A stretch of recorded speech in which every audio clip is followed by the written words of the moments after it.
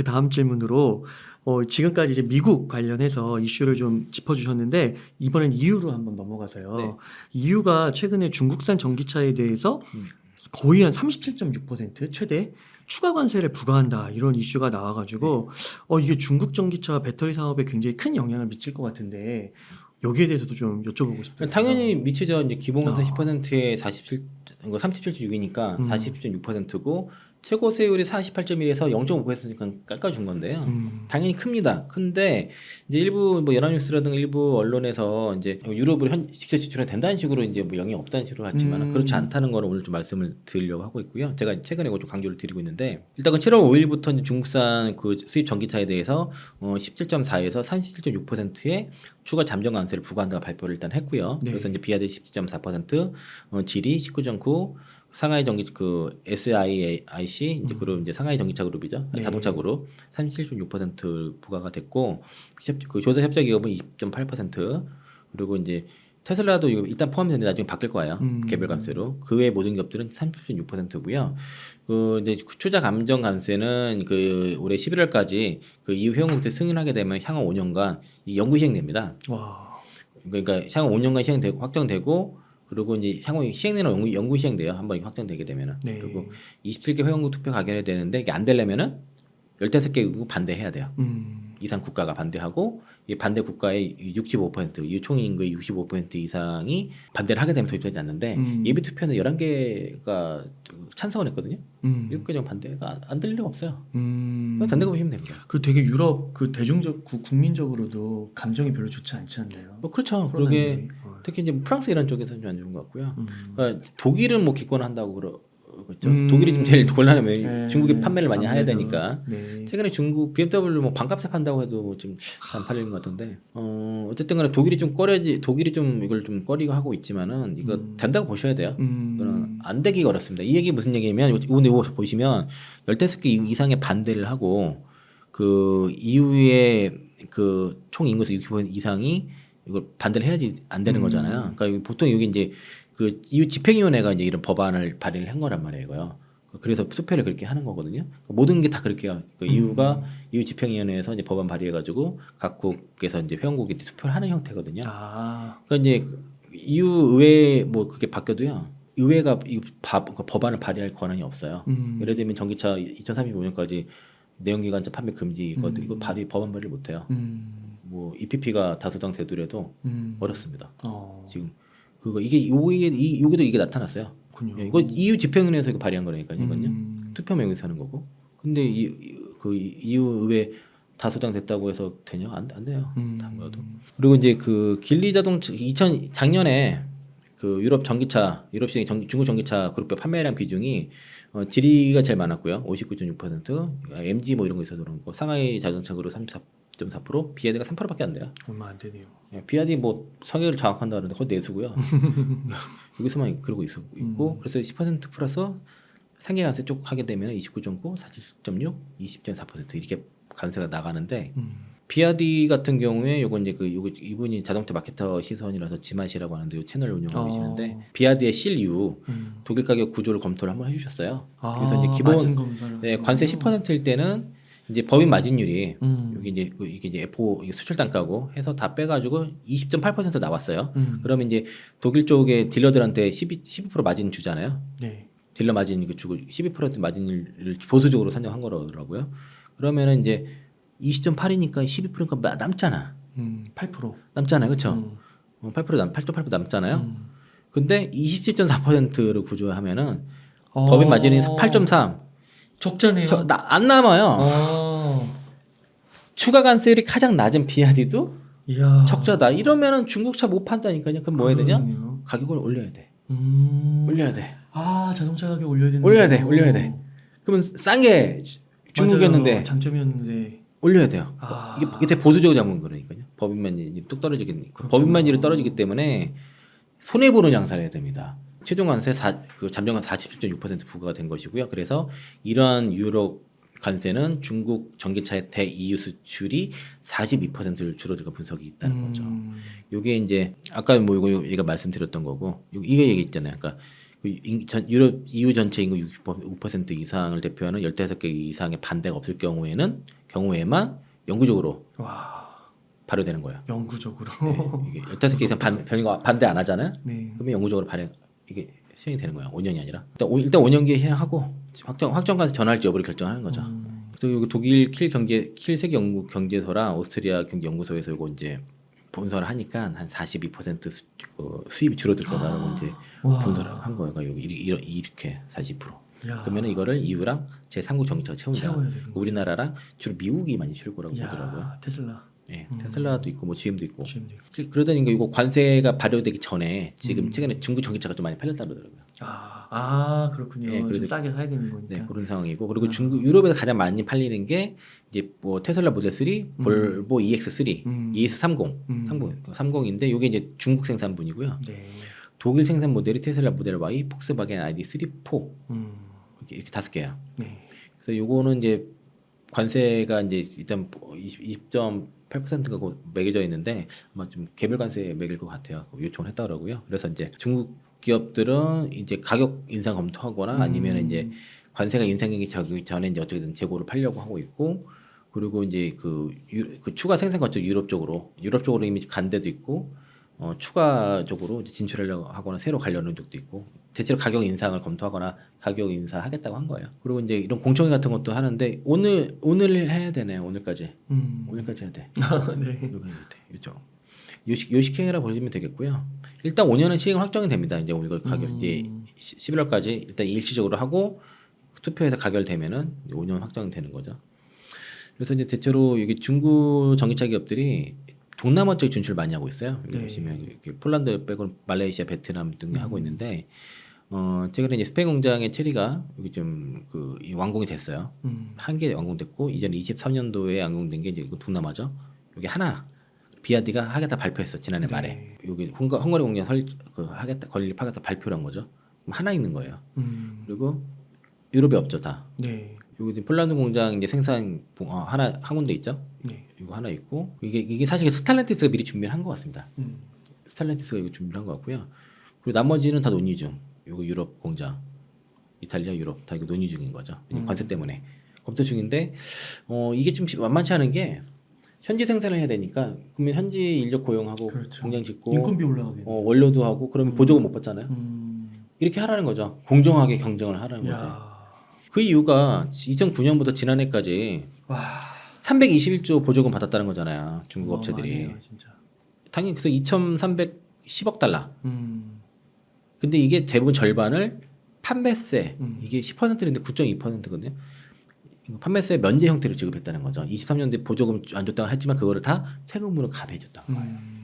불공정 거래. 티하게. 그렇죠. 이게 보수적인 게 2,310억 달러, 321억이 보수적으로 추정한 게 이유는 그 상하이와 선전 쪽에서는 내연기관차 소유자가 전기차를 바꾸면은 리베이트를 줬어요. 지방 정부에 리베이트를 줬는데 포함되지 않았고 또 토지 임대 저렴하게 해주고 전력도 지원해주고 석탄 떼고 싼 걸로 지원해주고 융자도 해주고 막 그리고 여러 가지 배터리랑 부품들 공구망도 막 지원해주고 이런 것도 다 이런 계산 다 빠진 거 직접 빼고도 320. 직접 직접적인 것만 321조라는 거예요. 와.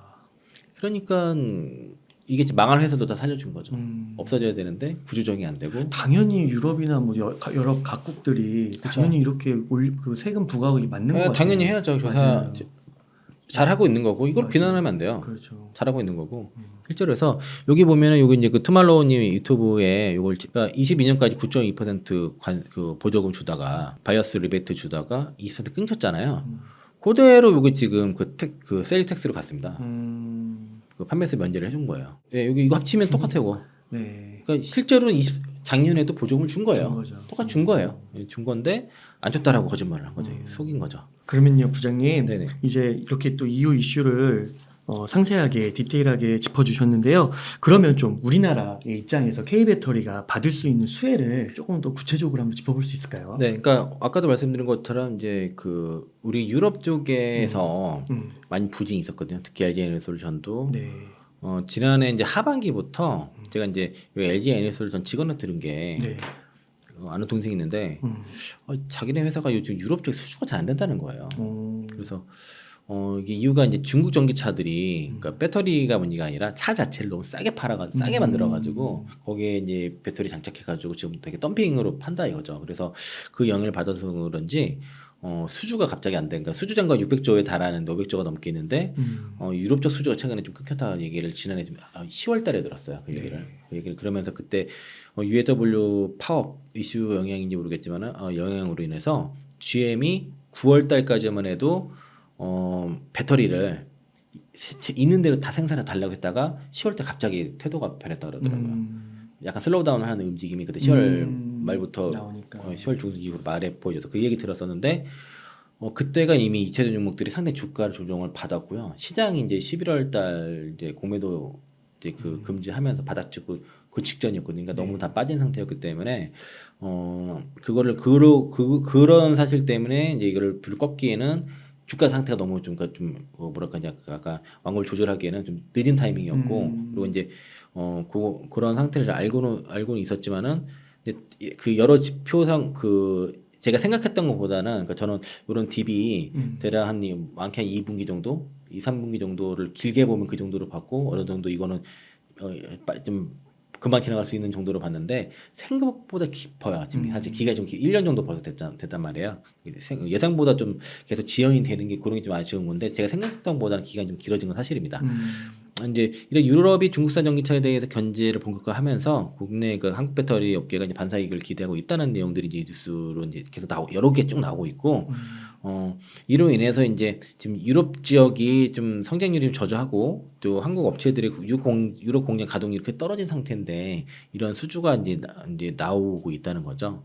실제로 그래서 여기 최근에 LG에너솔루션이 그 르노 암페어가 전기차 보면 암페어라 그 39기가와트씩 파우치형 LFP 배터리 공급 계획을 했거든요. 네. 이게 이제 뭐 한 4조에서 5조 정도 얘기를 하고 있는데 전기차 쪽에서는 처음입니다. 파우치형도 처음이에요. 파우치형 LFP도 처음이에요. 네. 그리고 그래서 의미가 근데 있는 르노가 건 원래 중국산 쓰지 않았나요? 중국산 원래 얘네가 그 ASC 거 3원기 배터리 쓰려고 하다가 거절당하고 CAT 그래서 이거 CATL 거랑 같이 써요. 원래 CATL이 다 가져갈 수 있는 거를 이제 뺏어왔다고 보시면 되겠고 그리고 국내에서도 르노가 그 LFP 배터리 거 비아디 쪽 알아본다는 얘기 좀 들었었거든요. 급양도 좀 물어보고 비아디 것도 물어보고 했는데 결국에는 이제 유럽 쪽에서는 이제 LG 에너지솔루션 오, 좋네요. 파우치형 배터리를 쓰고 있다는 것이고 최근에 노스볼트가 이제 BMW로부터 계약 취소당했잖아요. 셀 주문 취소당했잖아요. 3조 정도 되는 거. 요거는 아직은 확정되지 않았지만은 이제 수율 문제 때문에 품질. 거고. 그래서 이제 이거 SDI 쪽으로 갈 가능성이 없다라고 좀 일단 시장에서 보고 있고요. 그래서 이제 국내 배터리 업체가 지금 북미나 유럽 쪽에서 굉장히 지금 수주도가 잘 되고 있다라는 얘기고 여기 SNE 리서치에서 유럽의 중국에 대한 자국 보호 정책 강화와 국내 3사의 북미 유럽에서의 현지 증설 그리고 신차 출시 등의 예정되었기 때문에 장기적으로 중국의 지역 전기차 시장의 성장과 함께 3세 점유율이 오를 것으로 기대된다. 그러니까 이제 중국의 시장 특히 북미죠. 북미 쪽에서의 전기차 시장의 성장과 함께 배터리 3세 점유율이 자연적으로 올라간다라고 얘기를 하고 있는 것이고요. SNE 리서치에서 이렇게 얘기를 했고 여기서 이제 사실 중개 텃밭이라고 보기는 어려요. 왜냐면 유럽도 지금 아직까지는 국내 배터리가 50% 이상 점유를 하고 있는데 이제 그래서 아까 여기 르노 암페어랑 LFP 배터리 자동 파우치형 전기차용으로 좀 계약한 내용도 있고 그리고 이제 북미 이제 최대 에너지 기업 에너지 넥스테라 에너지 쪽에서 이제 삼성 SDI가 NCA로 ESS형 배터리를 수주를 받았다는 것이고요. 대략 뭐 1조 정도 규모를 예상하고 있습니다. 이게 아무래도 다 성능과 기술력이 뛰어나기 때문이겠죠. 네, 맞아요. 그래서 이게 한번 이 건이 하나로 계약되는 게 아니라 여러 건 나눠서 다수 프로젝트 나눠서 계약이 체결될 계획이라고 얘기를 했고 예상 금액 1조라고 보고 있어요. 그래서 이제 이런 ESS 쪽 전기차 말고 ESS 쪽으로는 이제 앞으로 성장률이 이제 세 자릿수만 이렇게 나올 수가 북미시에 나올 수가 있는데 그런 거에 대해서 우리가 이제 일단은 수주가 나오고 있다는 게 원래는 그 전에는 가정용 쪽으로 우리가 장을 했다가 화재 사건 이후로 중국 업체 많이 뺏겼었는데 26년부터 관세가 적용되지 않습니까? 그를 통해서 그러면은 이제 26년부터는 자연적으로 국내의 그 ESS 시장에서도 국내 배터리 업체들이 네. 북미에서 이제 수주가 많이 늘어날 것으로 점유도 늘어날 것으로 보여지고 그리고 이제 LG 에너솔루션 김종용 대표도 이제 그 세 가지 캐진 극복을 위한 이제 세 가지 마술 지팡이라는 얘기를 했고요. 세 가지가 그거예요. 이런 캐진 극복을 위해서 이제 그 이런 이제 전방 어폐 전기차 산업이 회복 조짐을 보인다는 것이고, 여기에 이제 GM이 적극적으로 신차 출시하고, 그리고 이제 그 지난해보다 높은 판매를 제시하고 있으며, 그리고 이제 그 테슬라도 1분기 2분기 판매량이 어떤 전망치를 좀 맞아요. 어떤 괜찮다고. 넘어갔다는 거죠. 그리고 경쟁 업체인 파나소닉의 배터리 공장 증설 차질이 빚고 있고요. 그리고 이제 그 LG에너솔루션 차세대 4680 배터리가 이제 8월달에 오창 공장에서 양산이 되는 건데 지금 테슬라도 여기 지금 양산에 지금 상당히 애로를 갖고 있습니다. 올해 자체 아마 배터리. 연말까지 개발을 그 수요를 높이지 못하면은 포기할 수도 있다는 그런 가능성에 대해서도 뉴스가 오늘 좀 나왔었고요. 그러면 LG 거 쓰는 건가요? 아무래도 지금 당장 준비할 수 있는 게 LG가 제일 많기 때문에 야. LG랑 파나소닉 정도인데 파나소닉이 증설이 좀 준비가 안 돼 있어가지고 그런 거고 그래서 이제 그 LG 에너지 솔루션이 실적이 앞으로 좋아질 만한 가장 중요한 거는 테슬라랑 이제 그 GM의 사업 행보에 따른 것이고요. 그리고 이제 이게 앞으로 그래서 이제 GM도 지금 내년도 뭐 100만 대 그 판매는 좀 어렵다고 얘기를 했겠지만 그거는 GM이 가이던스를 지킨 적은 한 번도 거의 없다 보니까 그런 건데 테슬라도 지금 그 만약에 이제 트럼프 대통령이 만약에 됐을 때 트럼프 전 대통령 재선됐을 때 가장 수혜를 본다고 뭐 얘기들 하고 있으니까 그래서 이제 전기차 캐진이 어느 정도 올해 마무리될 것으로 좀 보는 것 같습니다. 그래요? 그래서 이제 내년도에 210만 대 돌파를 이제 전망을 좀 월가에서 내놓고 있고요. 테슬라 기준으로 GM도 이제 레거시 완성체 중에서는 전기차 쪽에서 유일하게 가장 속도를 내는 게 GM이라고 볼 수 있겠고 이런 현대기아차 이런처럼 모든 종류의 자동차를 다 생산하는 게 레거시라 그래요. 그래가지고 일부 중국 어떤 분석기관에서는 비아디도 레거시로 보는 경우도 있더라고요. 그 레거시라고 하기 좀 내용을 안 하는데 요거는 이제 아까 파나소닉 이제 증설이 좀 차질이 생겼다는 게 그 오클라호마주에서 추진되고 있던 배터리 공장 계획이 취소됐습니다.